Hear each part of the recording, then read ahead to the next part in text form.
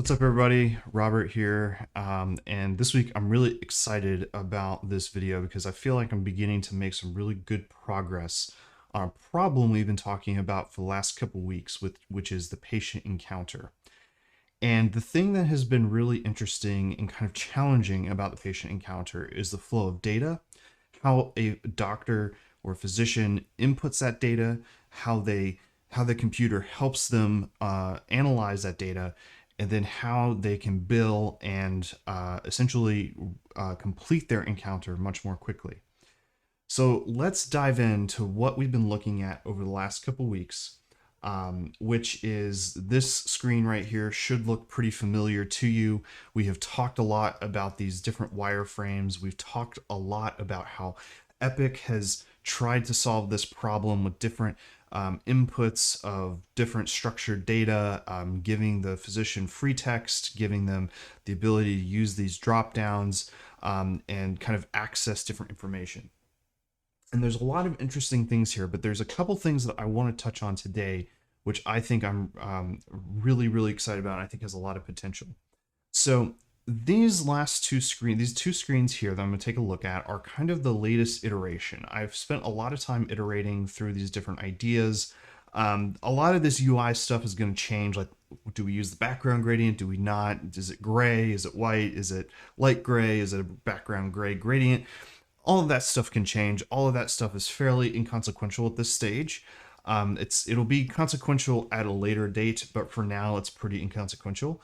And so I'm kind of going back to this simpler white and gray version as I've shown in previous updates, simply because I think it will help kind of visualize the different sections a little bit better. So these are the two newest versions of this screen. And I want to tell you, I want to break these down and talk a little bit about why I think these could be really good. Now, I will preface this and say that I have not tested this with physicians. No one really has seen this. I've actually been kind of like wondering, do I test this? Do I put it in the video first? I think I want to put in the video first, and then I think I'm going to spend some time testing over the next couple weeks, and then I want to bring those back to another video. But there's still some more things to refine here, so that's why I figured that I would do a video and then do the testing as well. So let's break down what we've got on the screen here. So we've got four main areas. We've got this left sidebar, we've got this middle area right here, we've got this right kind of floating sidebar. It's not really locked on, it's kind of floating. And then we've got this bottom bar, for lack of a better term, toolbar, I guess you might say. And then there are elements inside each. Now, if we look at this next screen, we can see that we've actually got a slightly different layout, even though it's a lot of the same stuff. So we've still got our left-hand sidebar. We've got this newer kind of, I don't know, maybe this is like an expanded left-hand sidebar, if you will. Maybe it's all just one thing, but it's also got some new content inside of it. And then we've got our right-hand kind of area that's actually now the note, or that progress note that we saw in the middle. And now the right-hand bar, that right-hand floating area, is actually gone. And the toolbar down at the bottom is actually smaller now. So there's a couple interesting things here, and I want to talk about why some of these things are the way they are, because I think this is going to paint the picture, or maybe set the stage for how this could work. So let's go back to this. So this is the screen that a physician sees. Let's say this is kind of in progress. This is in progress within the encounter. The physician has come in. I've got no chief complaint on file, but maybe they've written the chief complaint. They've got the vital signs. They've gotten the HPI, and there's all of this information around. So we see that there's like an exam area. We see that this has got maybe some sections inside of it that are maybe not filled out. They're just kind of labeled, but not that there's nothing in them. And this physician is getting to work here. And there are a couple things that they may need to do or may need to use as they're doing this. So a physician may take the HPI, which is essentially the history of present illness. How long has this thing been going on? What are the symptoms? What are the severity? What are the aggravating factors? Things like that. All that kind of stuff is what is the HPI. And at that point, there could be a couple decisions that have to be made. They may need to access information that's within the patient chart. So they may need to say,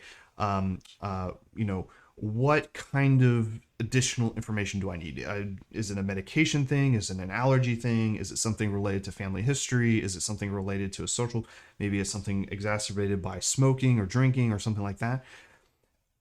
Or they may just have to continue on with their physical exam and begin to do more kind of research in the moment, if you will. Both of those things require external input of data, but from different sources.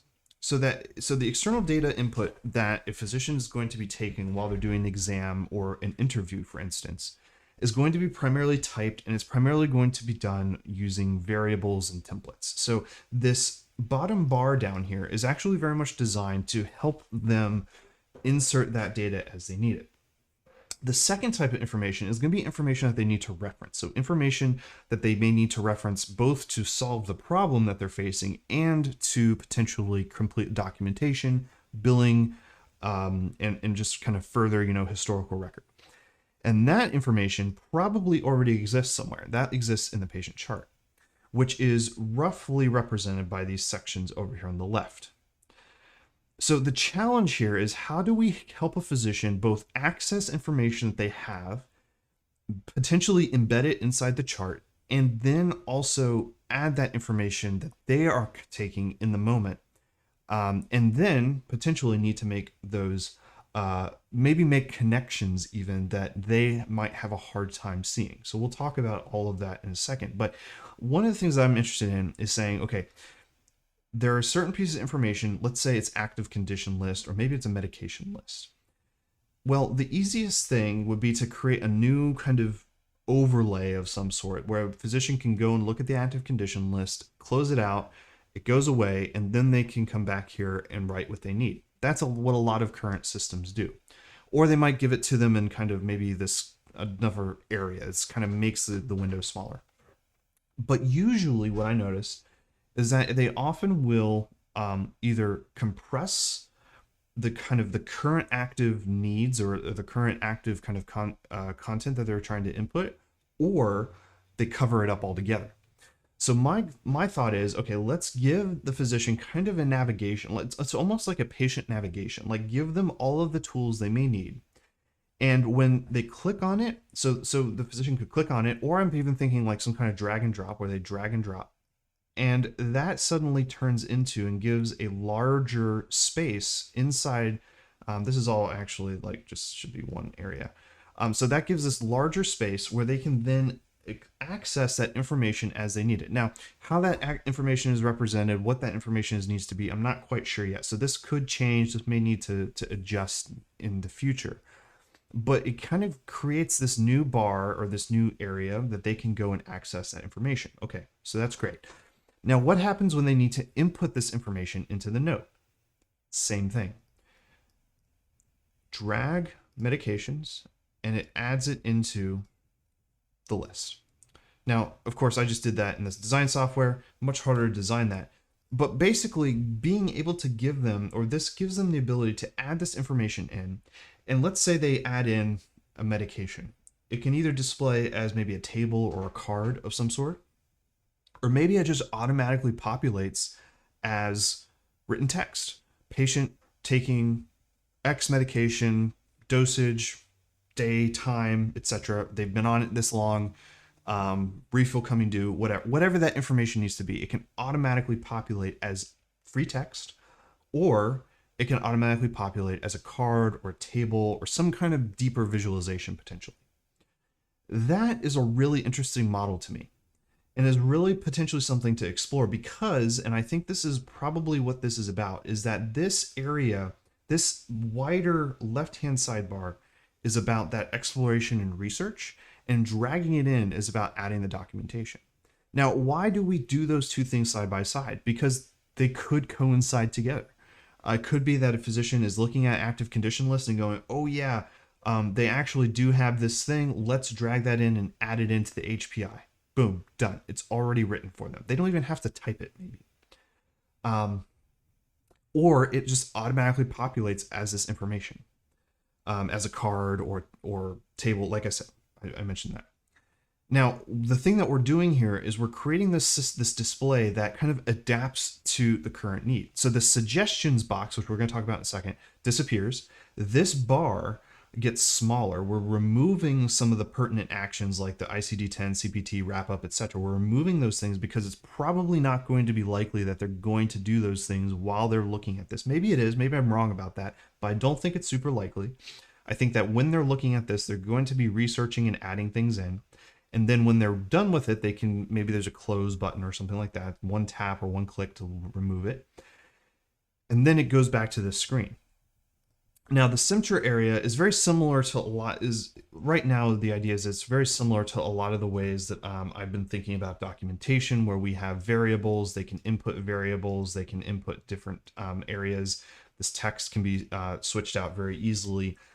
Those are things that I think are still true about this. I don't think those models or those interaction patterns go away, but I think they are going to be happening here. There could be some differences though, depending on how those things need to integrate with natural language processing, but we'll have to it's part of this exploration. So that's what this part is. I think it's essentially everything that the physician needs to do to document what happened in this visit. And then we have down here some different things. So there's an add template button, insert data, diagnose, or create an order. Now these are things that are actually pretty common in a lot of EHRs. Diagnosis, adding a diagnosis, creating an order, etc. Adding a template. You add in the exam section. Exam, what kind of exam are you conducting? Which exam? Do you want to use one that's already been created? Do you want to create a new one? Does it have variables in it? Is it something that you normally do? Maybe it's an exam, maybe it's a template that's specifically for adding in text about a telehealth visit, something like that. Inserting data, again, very similar idea here. Adding medications or allergies or vital signs, flow sheets, whatever that might be, inserting that data in a way that is visually easy to understand, but also contextually rich for the documentation of the visit for historical purposes and useful for billing codes. Diagnosis, creating orders. Those are all things that have to come out of this, either in the assessment or the plan. So those are things that would kind of come at the bottom. Those might even be able to be their own templates. I don't know yet.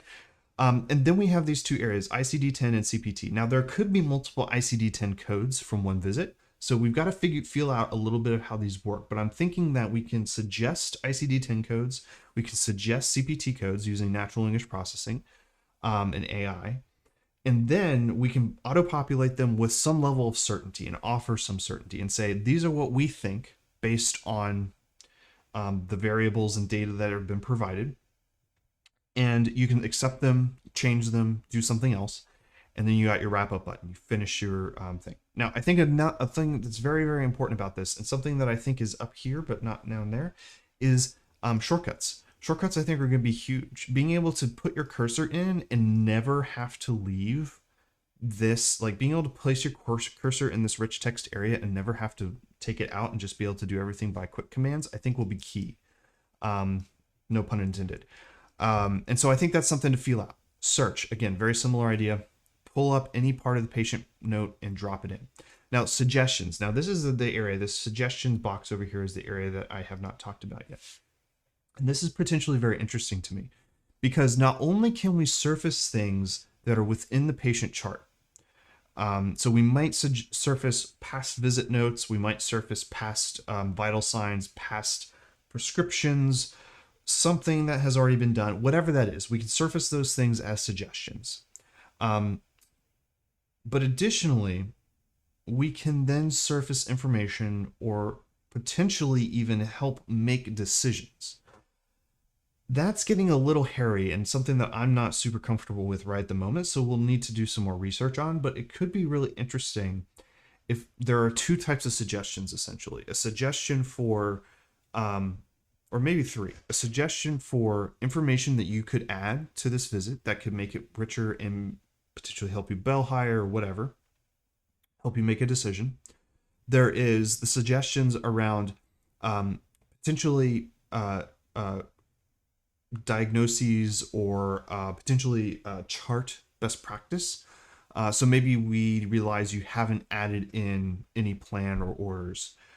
We might say, don't forget to add a plan.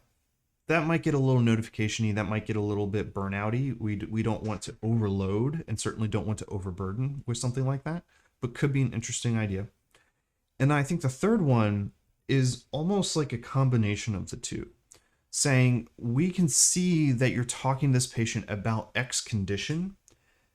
Consider writing a prescription for X allergy medication with these parameters.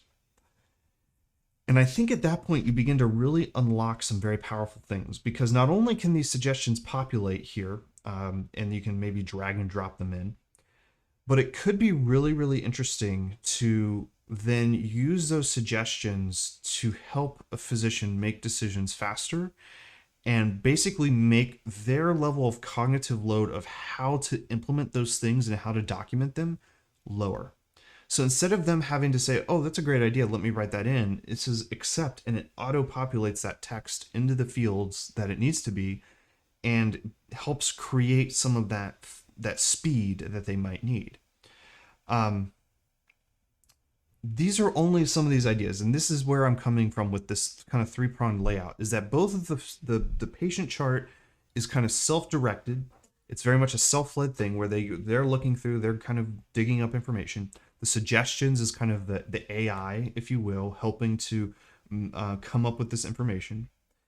And ultimately, I think all of it has to then help the physician populate this progress note much faster, much quicker, and make it in a way that it is compliant and that it can be billed for. So that's where I'm at this week. This doesn't feel like a huge step, but it feels like a huge step at the same time to me. There's a lot of stuff that I still have to go through. If you have any thoughts, I'd love to hear them. If you have any ideas, I'd be all about listening to them. If you want to offer some advice, testing capability, whatever it is that you think you could add to this, I'd love for you to get in touch. If you're new, please, I'd love for you to subscribe either on Substack or YouTube. Give it a like, share it with whoever you want, and I will see you all in the next video. Thanks for watching.